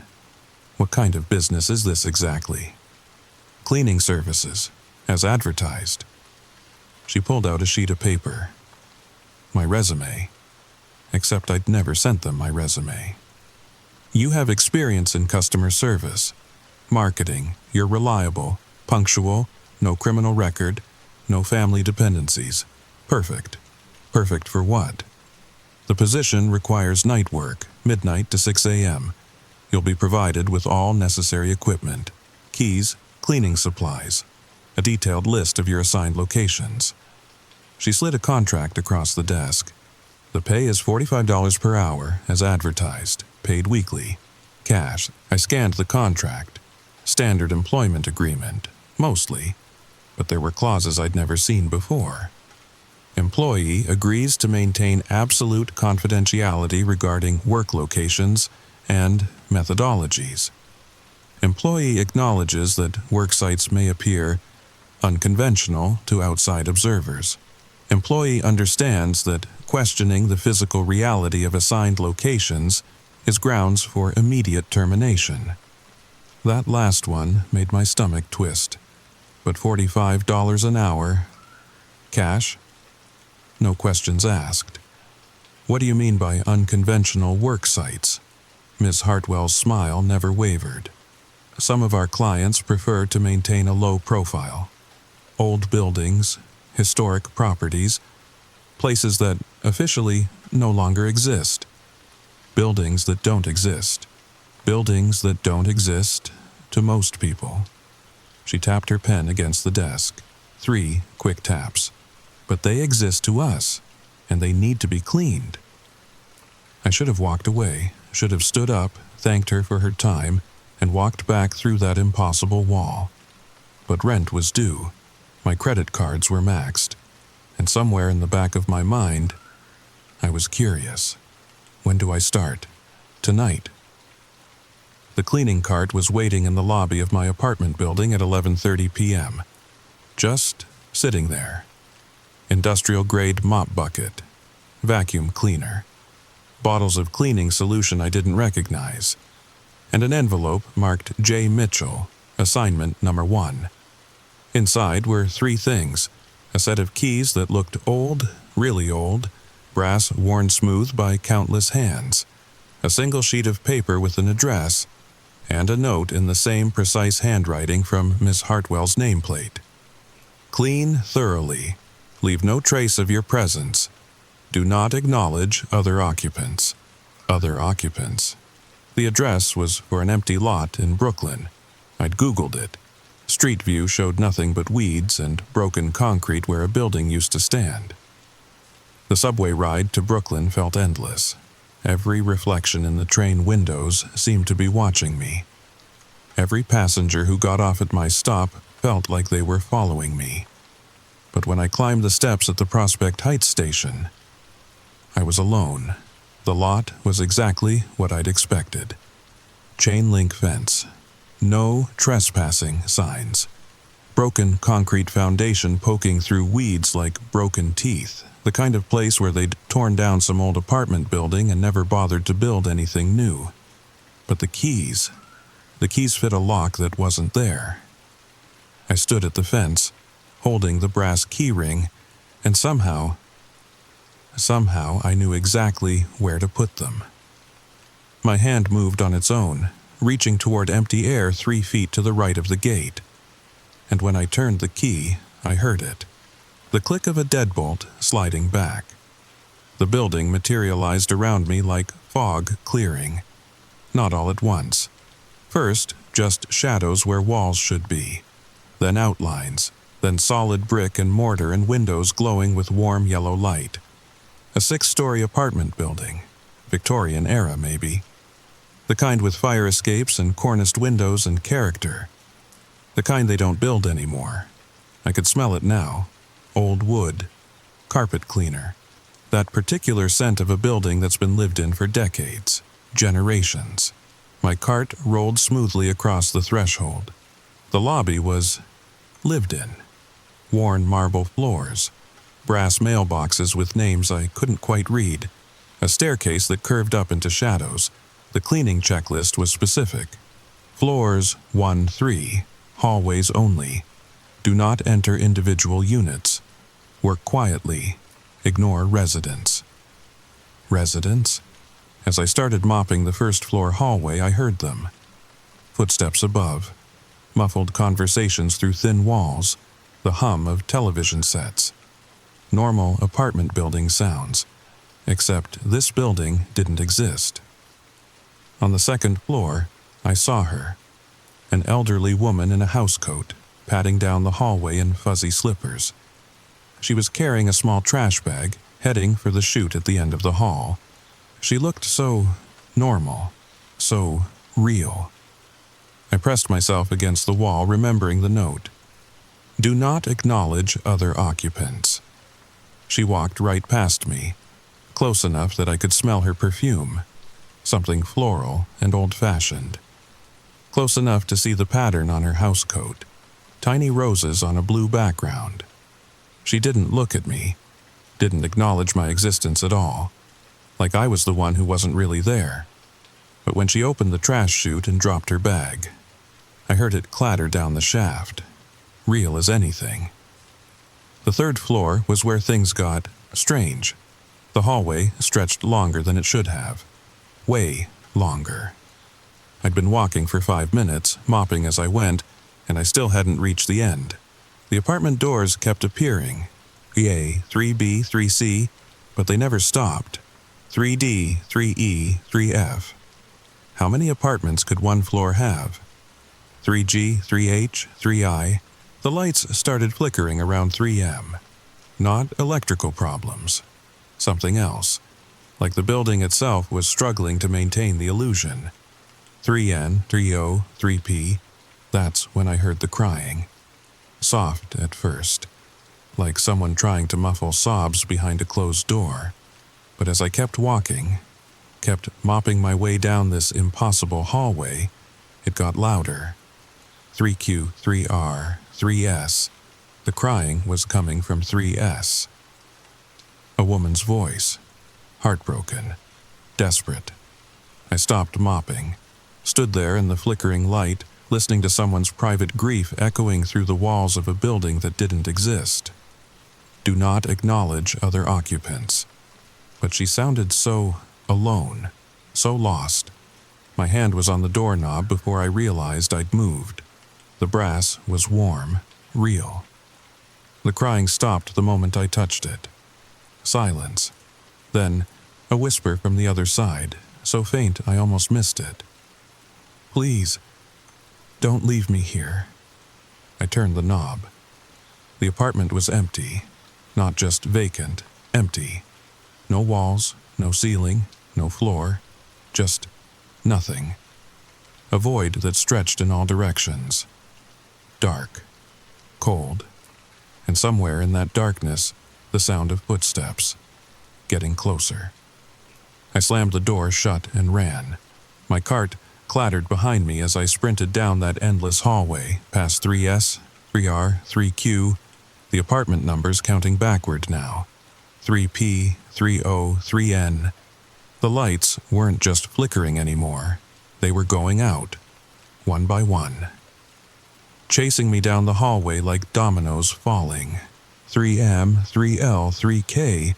I could hear something behind me. Not footsteps, something else. Something that sounded like breathing. Heavy, labored, like something large trying to squeeze through a space too small for it. 3J, 3I, 3H, the stairwell. I needed to reach the stairwell. 3G, 3F, 3E, the breathing was getting closer. And underneath it, that woman's voice again. Still crying, still begging. Please, don't leave me here. Please. D. 3C, 3B. I burst through the stairwell door and didn't stop running until I hit the street. The building was already fading, walls becoming transparent, windows winking out like closing eyes. By the time I reached the subway station, there was nothing but an empty lot again. 3 weeks, 15 assignments, 15 buildings that didn't exist. Each one was different. A 1920s office building in Manhattan where the elevators ran by themselves and phantom typewriters clacked away in empty rooms. A colonial-era house in the village where I could smell dinner cooking but never saw who was doing the cooking. A modern glass tower in Midtown that existed only between the 15th and 23rd floors. The elevator would skip from 14 to 24, like those floors had been surgically removed from reality. But they all followed the same pattern. I'd arrive at an empty lot or a space between buildings, use the brass keys. The structure would materialize around me. I'd clean and try to ignore the residents who weren't supposed to be there. The pay was real enough. Every Friday, an envelope of cash appeared under my door. $900. Weekly. No taxes, no questions. I caught up on rent, bought groceries, new clothes. For the first time in months, I felt stable. But I was losing weight, losing sleep. Every night, I'd come home with new questions. New impossibilities that didn't fit into any reasonable explanation. The worst part? I was getting used to it. Used to mopping floors that shouldn't exist. Used to hearing conversations in languages that sounded almost familiar, but not quite right. Used to the way shadows moved independently of their sources. Used to pretending I didn't see the residents, because I was seeing them more clearly now. Not just glimpses in my peripheral vision. Full, detailed encounters. The businessman in the glass tower who rode the elevator at 3 a.m. every night, always getting off at the 18th floor. Always carrying the same briefcase. Always humming the same tune. Something I almost recognized but couldn't quite place. The family in the colonial house. Mother, father, 2 kids. They'd sit around their dinner table every night at 2:30 a.m., passing dishes I couldn't see, talking about their days in voices that sounded like they were coming from underwater. The woman in 3S. I could hear her every time I cleaned the Victorian apartment building, always crying, always begging someone not to leave her there. But I followed the rules, kept my head down, did my job. Until the night I found the newspaper. It was assignment number 16, a Art Deco building in Chelsea that materialized between a Starbucks and a boutique hotel. 5 floors of elegant apartments with black and white checkered hallways and brass fixtures that gleamed despite decades of tarnish. I was mopping the 3rd floor when I saw it. A newspaper folded neatly outside apartment 3C, the New York Herald Tribune. October 15th, 1952. The headline made my blood run cold. Apartment fire kills family of 4.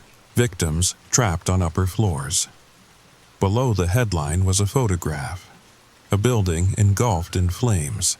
Smoke pouring from broken windows. And in the corner of the photo, a date stamp. The The same building I was standing in. The same address. I unfolded the newspaper with trembling hands. The story was worse than the headline suggested. The blaze, which started in the basement electrical room, spread rapidly through the building's outdated wiring system. Fire department officials report that the building's single stairwell became impassable within minutes, trapping residents on the upper floors. Among the victims, Margaret Chen, 34, and her 2 children, ages 8 and 10. Mrs. Chen's body was found in apartment 3C, where she had apparently barricaded herself and her children in the bathroom. Fire officials believe she died attempting to call for help. Also killed, Thomas Hartwell, 45, building superintendent, found in the basement near the building's electrical panels. Officials believe Hartwell died attempting to restore power to the building's emergency lighting system. Hartwell, Ms. Hartwell from Human Resources. My hands were shaking so hard I could barely hold the newspaper, but I kept reading. The building, constructed in 1923, had been cited numerous times for safety violations. City records show the structure was condemned and demolished following the fire. Demolished in 1952. 70 years ago, I looked around the hallway, at the brass fixtures, the checkered floor, the apartment doors with their Art Deco numbers. All of it rebuilt, restored, maintained. By whom? That's when I heard the footsteps behind me. Slow, deliberate. The sound of work boots on marble. I turned around. A man stood at the end of the hallway. Coveralls, tool belt, face obscured by shadows, but his voice I recognized. You shouldn't have read that. Thomas Hartwell, building superintendent, dead for 70 years. He started walking toward me. Each footstep echoed like a gunshot in the narrow hallway.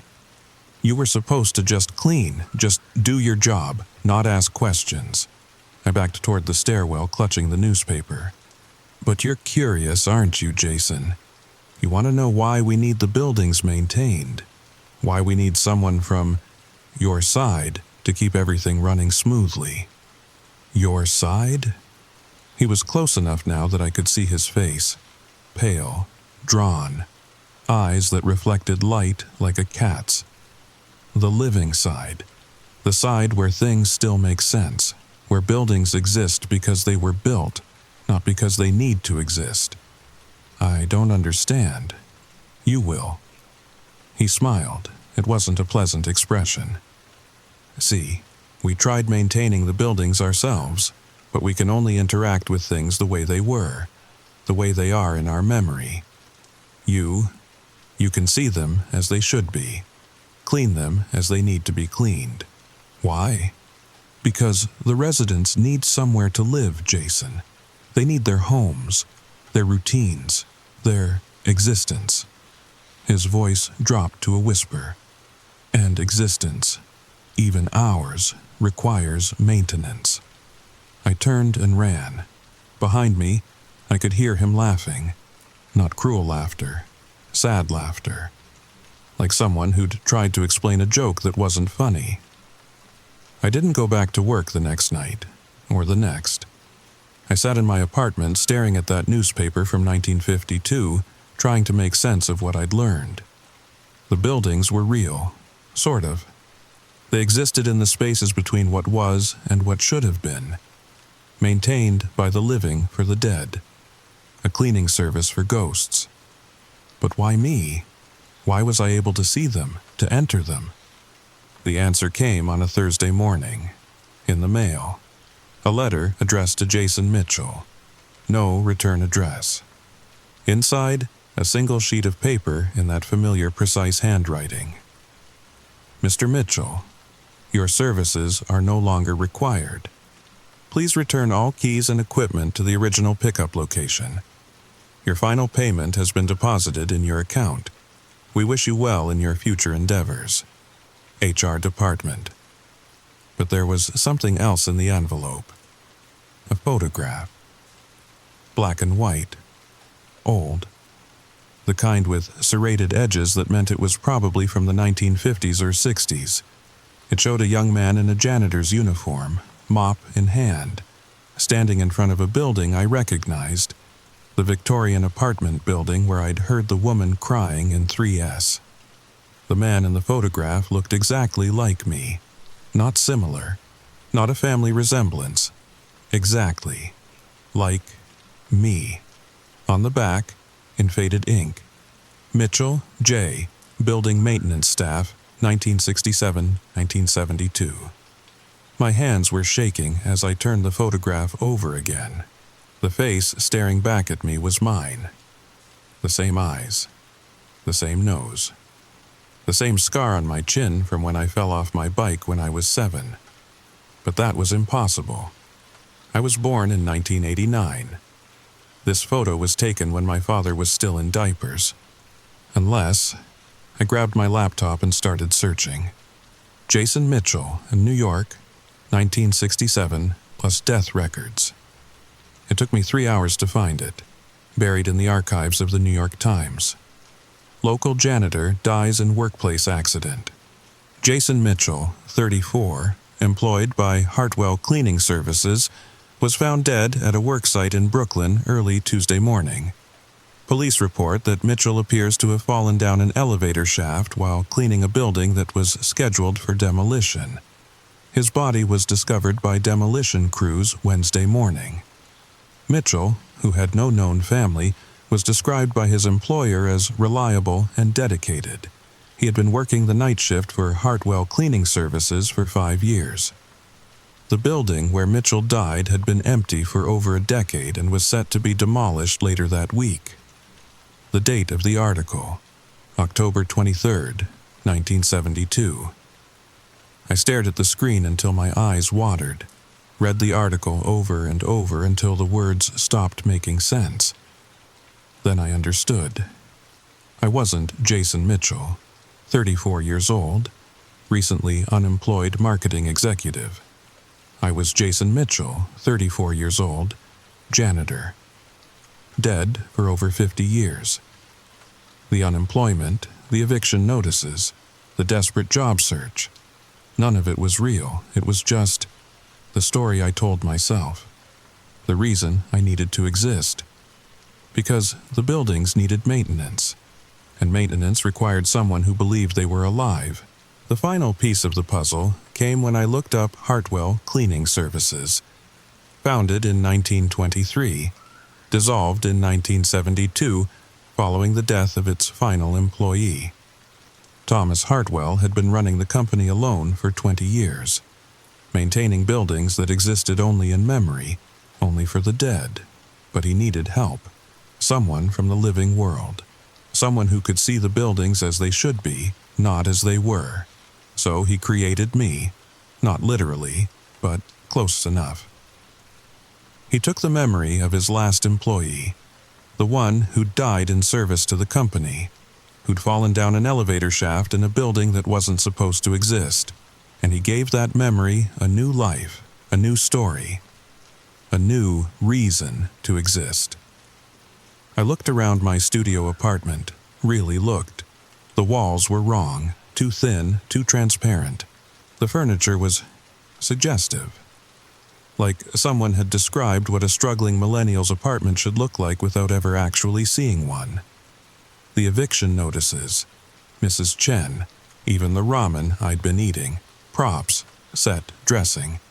Background details for a story that justified my existence, because I needed to believe I was alive, needed to believe I needed the job. Otherwise, how could I maintain buildings for the dead? I laughed. Couldn't help it. The sound echoed strangely in my fake apartment, like it was coming from very far away. Then I heard the knock at the door. 3 quick raps. Precise. Professional. I opened it. Miss Hartwell stood in the hallway. Same gray hair, same expensive suit, same smile that didn't reach her eyes. "Hello, Jason. We need to talk." I know what I am. Do you? She stepped into the apartment. Behind her, the hallway stretched away into shadows that seemed too deep for the space. "What do you think you are?" "Dead. I died in 1972. You brought me back to clean buildings for other dead people." She tilted her head. "Is that what you think happened? Isn't it?" "Jason." She sat down on my couch.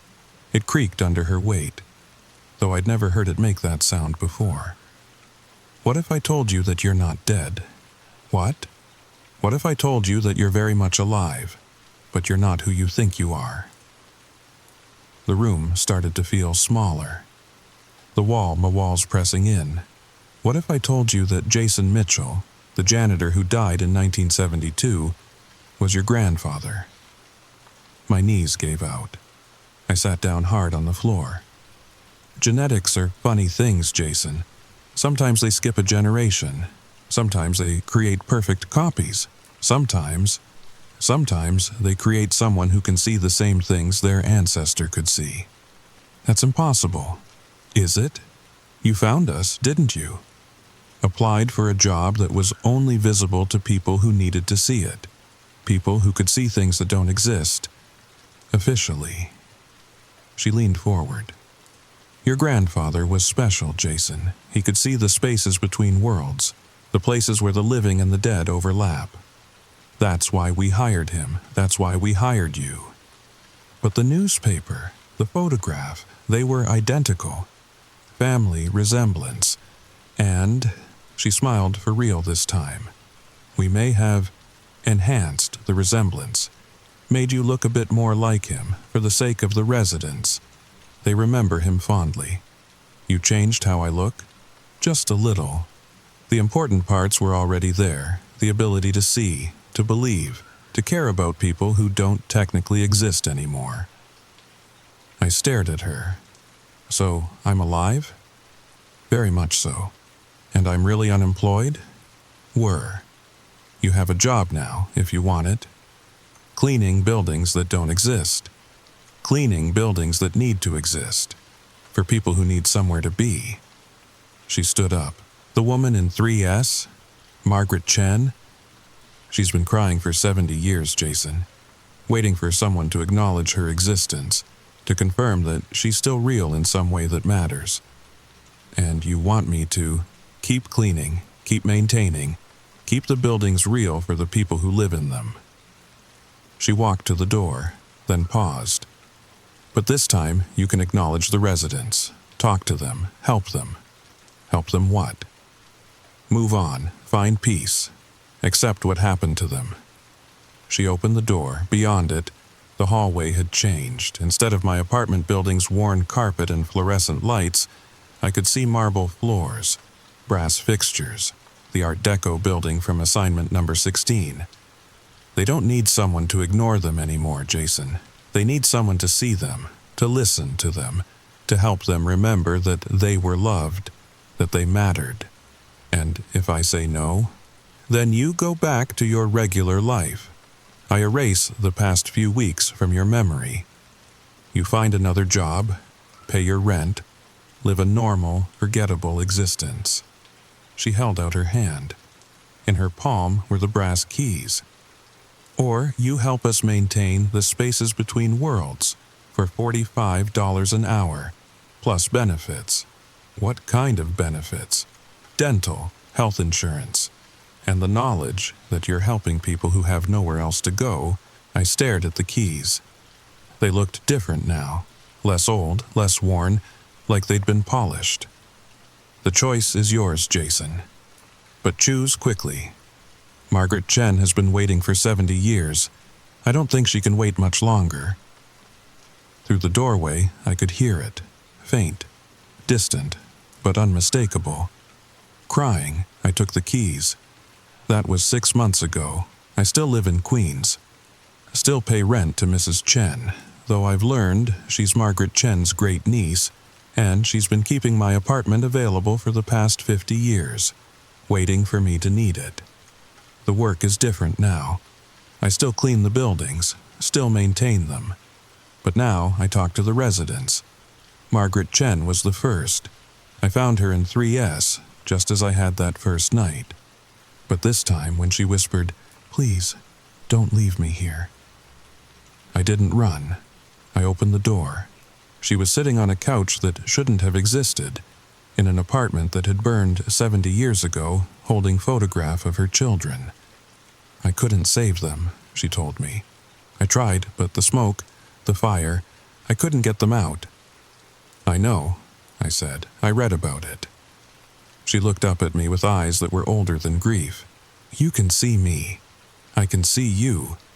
Am I real? You're real to me. She smiled then, the first smile she'd worn in 7 decades. My children, are they here too? I think so. Do you want to find them? It took 3 weeks of cleaning, of searching through impossible rooms and endless hallways, but we found them, playing in a basement recreation room that existed only in her memory of the building before the fire. When Margaret Chen finally hugged her children again, when she finally forgave herself for not being able to save them. The apartment in 3S went quiet, peaceful, empty, but not alone. I've helped dozens of them now. The businessman who rode the elevator every night was waiting for a promotion that never came. The family in the colonial house was trying to finish a dinner that was interrupted by a gas leak in 1934. Each one has a story. Each one needs to be heard. And when they're ready, when they've said what they needed to say, done what they needed to do, they move on. The buildings remain. There are always more residents, always more stories that need to be told, always more spaces between worlds that need maintenance. Miss Hartwell was right about the benefits, by the way. The dental plan is excellent, and every morning when I come home from work, I find a newspaper outside my door. Not the New York Times, not the Post, the Herald Tribune, from 1952, with a different headline every day.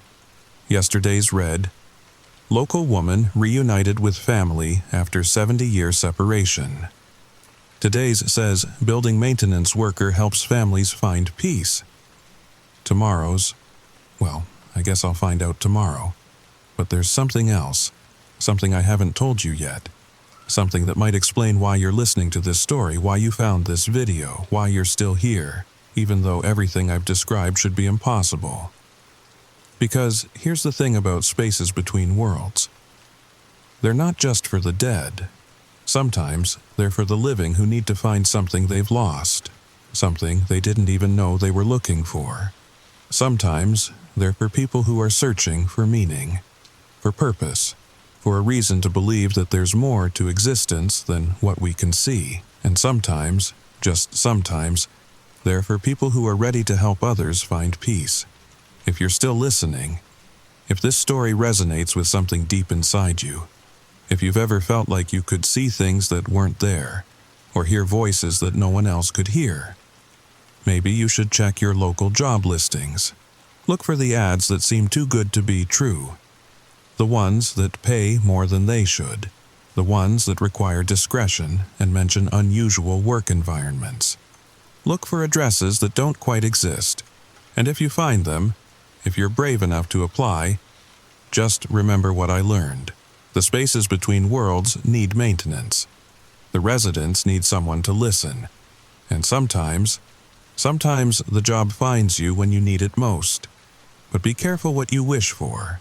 Because once you start seeing the buildings that aren't there, you can never stop seeing them.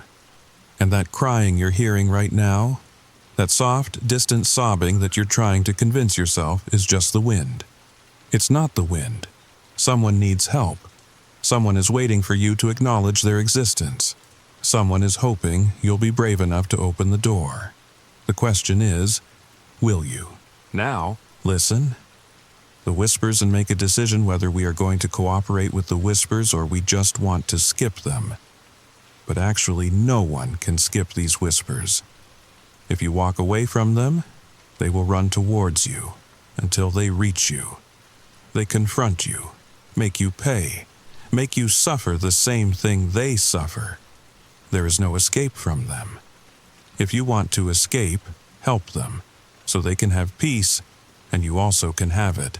Help, or you will ask for help soon. So, The end of today's video has arrived. Share your personal horror experiences in the comments. Also, comment the part of the story that you find the most horror and terrifying. If you like this video, leave a like, share, and subscribe to this channel. Also, ring the bell icon so you don't miss the upcoming videos. Remember, don't run from whispers, because they follow you. They know you. They want you to listen, just confront them. Now, sleep well, or should I say, have a haunted night.